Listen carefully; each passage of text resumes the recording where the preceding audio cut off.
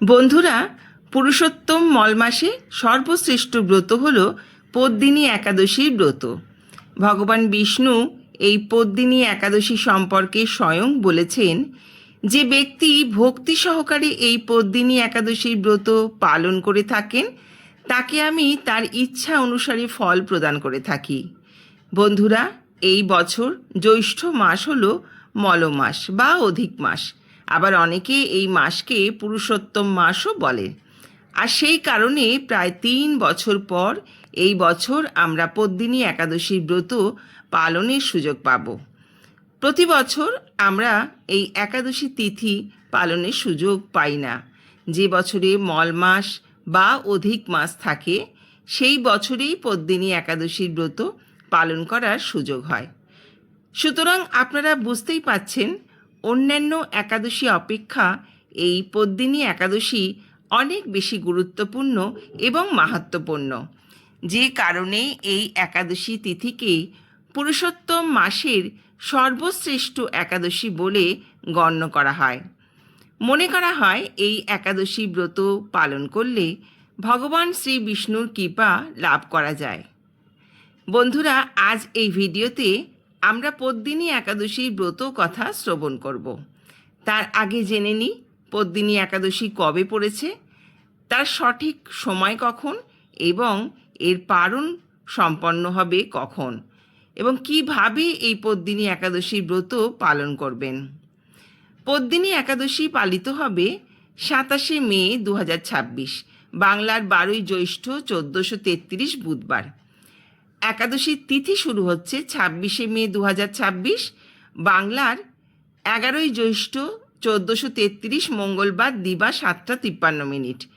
একাদশীর তিথি শেষ হবে ২৭শে মে ২০২৬, ১২ই জ্যৈষ্ঠ ১৪৩৩ বুধবার দিবা ৮টা ২ মিনিট।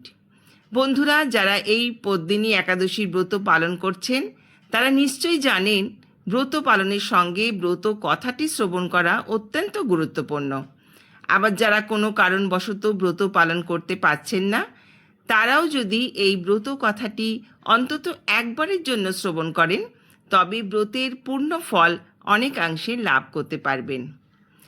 তাহলে শুরু করছি পদ্মিনী একাদশীর ব্রত কথা। স্মার্তগণ পুরুষোত্তম মাস বা অধি মাসকে মলমাস বলে এই মাসে সমস্ত শুভ কার্য পরিত্যাগ করে থাকেন। কিন্তু ভগবান শ্রীকৃষ্ণ এই মাসকে পরমার্থিক মঙ্গলের জন্য অন্য সকল মাস থেকে সর্বশ্রেষ্ঠ বলে নির্ণয় করেছেন। তিনি নিজের নামানুসারে এই মাসের নাম পুরুষোত্তম মাস রেখেছেন। যুধিষ্ঠির বললেন, হে জনার্দন, আমি বহু ধর্ম ও ব্রতের কথা শুনেছি। এখন পুরুষোত্তম মাসের সর্বপাপ বিনাশিনী ও পুণ্যদায়িনী শুক্লপক্ষিয়া পদ্মিনী একাদশীর কথা আমার কাছে বর্ণনা করুন, যা শ্রবণকালে পরম পদ প্রাপ্ত হওয়া যায়। ভগবান শ্রীকৃষ্ণ বললেন, দশমীর দিন থেকেই ব্রতের শুরু হয়। কাঁসার পাত্রে ভোজন, মসুর, ছোলা, শাক এবং অপরের অন্ন ও আমিষ দশমীর দিন বর্জন করতে হয়। পরের দিন প্রাতঃকৃত্যের পর সুগন্ধি ধূপ চন্দনাদি দিয়ে ভগবানের পুজো করতে হয়। রাত্রিতে জাগ্রত থেকে ভগবানের নাম গুণকীর্তন করতে হয়। এখন এই ব্রতের একটি ইতিহাস আপনার মনোরঞ্জনের জন্য বলছি। পূর্বে পুলস্ত্য মুনি দেবর্ষি নারদকে এক ইতিহাস বর্ণনা করেছিলেন। একসময় রাজা কার্তবীর্য লঙ্কাপতি রাবণকে পরাজিত করে তার কারাগারে বন্দি করে রাখে।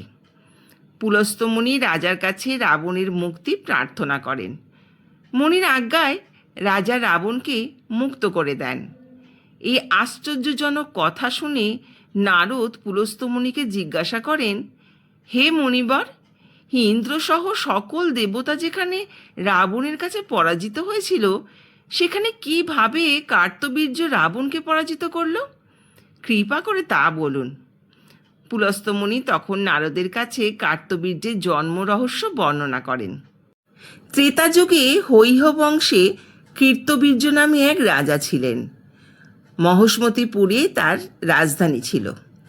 রাজার ১,০০০ পত্নী ছিল, কিন্তু রাজ্যভার গ্রহণের মতো কোনো পুত্র লাভ রাজার ভাগ্যে হয়নি।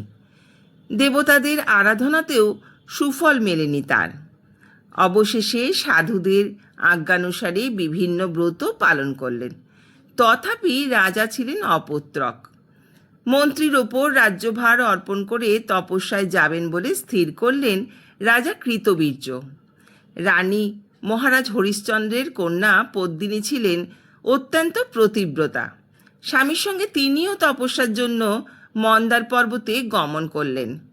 সেখানে তারা 10,000 বছর ধরে কঠোর তপস্যা করলেন, কিন্তু তবুও কৃতবীর্য পুত্র সুখে বঞ্চিতই রইল।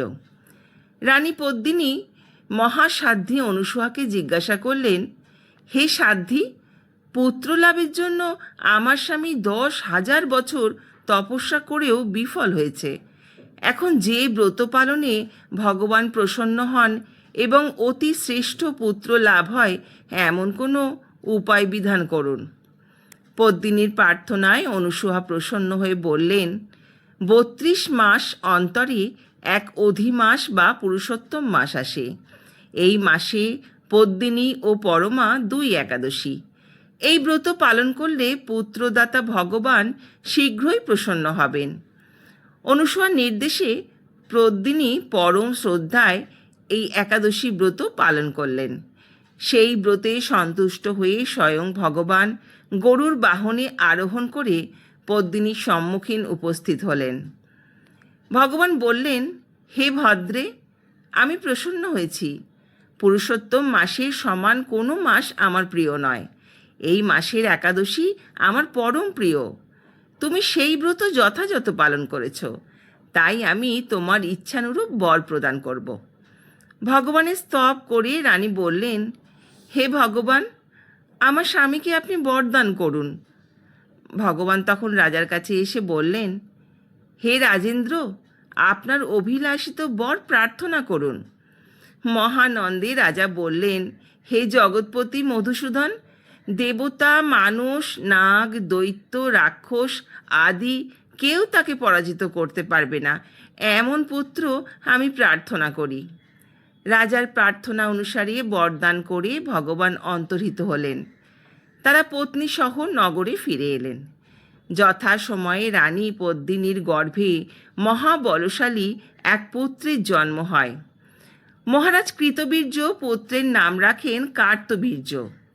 ত্রিলোকে তার সমান কোনো বীর ছিল না, তাই দশানন রাবণ যুদ্ধে তার কাছে পরাজিত হয়। শ্রীকৃষ্ণ বললেন, হে মহারাজ, এই ব্রত যিনি পালন করবেন তিনি ভগবান শ্রীহরির শ্রী পাদপদ্মে অহৈতুকী ভক্তি লাভ করবেন। শ্রীকৃষ্ণের উপদেশে ধর্মরাজ সপরিবারে এই একাদশী ব্রত পালন করেন। যিনি এই ব্রত মাহাত্ম্য পাঠ ও শ্রবণ করেন তিনি বহু পুণ্য লাভ করেন। অথ শ্রী পদ্মিনী একাদশী ব্রত মাহাত্ম্য কথা সমাপ্ত। হরে কৃষ্ণ। বন্ধুরা, একাদশীর দিন ভোরবেলা ঘুম থেকে উঠে স্নান পর্ব সেরে পরিষ্কার বস্ত্র পরিধান করে ঠাকুরের সামনে একাদশীর সংকল্প গ্রহণ করুন।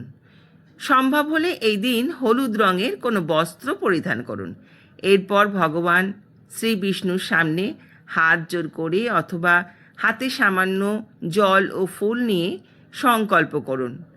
মনে মনে উচ্চারণ করুন, হে শ্রীহরি, আমি আজ সমস্ত পাপ থেকে মুক্ত হতে এবং আপনার কৃপা লাভের আশায় এই পদ্মিনী একাদশীর ব্রত পালন করছি। আমাকে অবশ্যই শক্তি দান করবেন। শাস্ত্রে বলা হয়েছে, দশমীর দিন রাত্রিকালীন যে আহার সেটি নিরামিষ হওয়া বাঞ্ছনীয় এবং একাদশীতে নিরাহার থাকতে হবে। যদি নির্জলা উপবাস রাখতে পারেন সেটা সর্বোত্তম, আর যদি তা করতে অসমর্থ হন তাতে কোনো সমস্যা নেই। সেক্ষেত্রে পঞ্চ রবিশস্য বাদ দিয়ে ফল, মূল, সবজি এবং অনুকল্প প্রসাদ গ্রহণ করতে পারেন। পঞ্চ রবিশস্য অর্থাৎ চাল বা গম জাতীয় কোনো খাবার, ডাল এবং সরিষার তেল একাদশীর দিন বর্জন করতে হবে। এই দিনে ভক্তরা ভগবান বিষ্ণুর দিব্য আশীর্বাদ লাভের জন্য তার পূজা করেন। পঞ্চামৃত অভিষেক করা হয় এবং ফুল, তুলসী পাতা, ধূপ দিয়ে ভগবান বিষ্ণুর বিগ্রহে পূজা করা হয়। একাদশীতে শরীর থেকে যাতে রক্তপাত না হয় সেই দিকটা দেখা প্রয়োজন। তাই সবজি এবং তরিতরকারি কাটার সময় সতর্ক থাকবেন। যারা উপবাস রাখবেন তারা পরের দিন পারণ ক্রিয়াটি নিষ্ঠার সঙ্গে পালন করবেন। মনে রাখবেন, পারণের জন্য যে নির্দিষ্ট সময় দেওয়া থাকে সেই সময়ই পারণ ক্রিয়া সম্পন্ন করতে হয়, না হলে একাদশীর কোনো ফলই লাভ হয় না। পদ্মিনী একাদশীর পারণ সম্পন্ন হবে 28শে মে 2026, 13ই জ্যৈষ্ঠ 1433 বৃহস্পতিবার সকাল 8:42 মধ্যে। পারণের সময় পঞ্চ রবিশস্য দিয়ে ভোগ নিবেদন করার পর পারণ মন্ত্র উচ্চারণ করে সেই ভোগ গ্রহণ করে উপবাস ভঙ্গ করুন। বন্ধুরা, এই একাদশী ব্রত যারা পালন করেন তারা পুত্র সন্তান লাভ করতে পারেন এবং জগতে প্রসিদ্ধি লাভ করতে পারেন। একাদশী ব্রত পালনের প্রকৃত উদ্দেশ্য কেবল উপবাস করা নয়, নিরন্তর ভগবানের নাম স্মরণ, মনন ও শ্রবণ কীর্তনের মাধ্যমে একাদশীর দিনটি অতিবাহিত করতে হয়।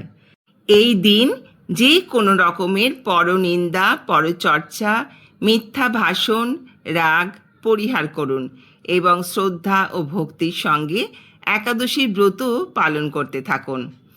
বর্তমান ও পূর্ব জন্মের পাপ মোচনের জন্য এবং পরিশেষে ভগবান বিষ্ণুর আবাস বৈকুণ্ঠে স্থান লাভের উদ্দেশ্যে পদ্মিনী একাদশী প্রথা ও আচার অনুষ্ঠান মেনে পালন করুন।